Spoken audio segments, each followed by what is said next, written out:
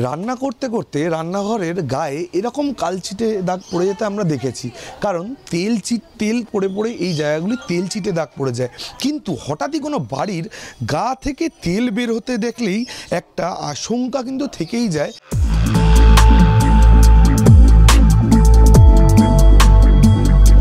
রাজপুর সোনারপুর পুরসভার ফার্তাবাদের যে বাড়ির বিশেষ অংশ থেকে তেল বেরোচ্ছিল সেই অংশ খতিয়ে দেখেন যাদবপুর বিশ্ববিদ্যালয়ের বিশেষজ্ঞ দল। মূল তেলের উৎস এবং রাসায়নিক পরীক্ষা নিরীক্ষার বিশেষজ্ঞ দলের সোনারপুর সফর। মঙ্গলবার তাদের সঙ্গে ছিলেন রাজপুর সোনারপুর পুরসভার চেয়ারম্যান এবং স্থানীয় থানার পুলিশ।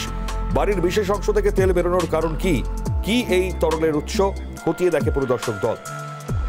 যে মেটেরিয়ালটা সেই মেটেরিয়ালটা দেখে আমাদের অন্তত এইটুকু ধারণা হয়েছে এবং এটা বিশ্বাস যে এটা কোনো রকম বিপদের আশঙ্কা এখানে নেই। এবং এই মূলত এটা ভেজিটেবল অয়েল, পুরনো ভেজিটেবল অয়েল, যে জন্য এই সেপারেশন দুটো লেয়ার আলাদা করে আমরা পাচ্ছি, সেগুলো আমরা পুড়িয়েও আপনাদের সামনে দেখলাম।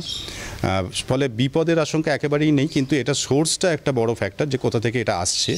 এবং সেইটা দেখতে গিয়ে আমরা একটা নির্দিষ্ট এলাকা চিহ্নিত করেছি, যেই জায়গাটা আমাদেরকে একটু খুঁড়ে সেখান থেকে দেখতে হবে যে সেখানে এই মেটেরিয়ালটা কোথা থেকে আসছে। এই মুহূর্তে ওনারা যেটা বলে গেলেন তাতে একটু টেনশন ফ্রি হলাম যে বিপজ্জনক কিছু নয় এবং মানে খুবভাবে আগুন জ্বলে যেতে পারে, ফ্লেমেবল ইনফ্লেমেবল নয়, কিন্তু জিনিসটা একটা নতুন জিনিস, মানে চ্যালেঞ্জিং বলছেন।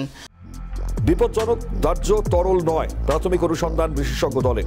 তবে উৎস খুঁজতে চেয়ে আরও পরীক্ষা নিরীক্ষা দরকার জানালেন বিশেষজ্ঞ দলের সদস্যরা। তবে গত সপ্তাহের এই ঘটনায় রাজপুর সোনারপুর পুরসভার 29 নম্বর ওয়ার্ডে চাঞ্চল্য ছড়ায়। তেল রহস্যের কিনারা করতে স্থানীয় প্রশাসনের দ্বারস্থ হয়েছিল সরকার পরিবার।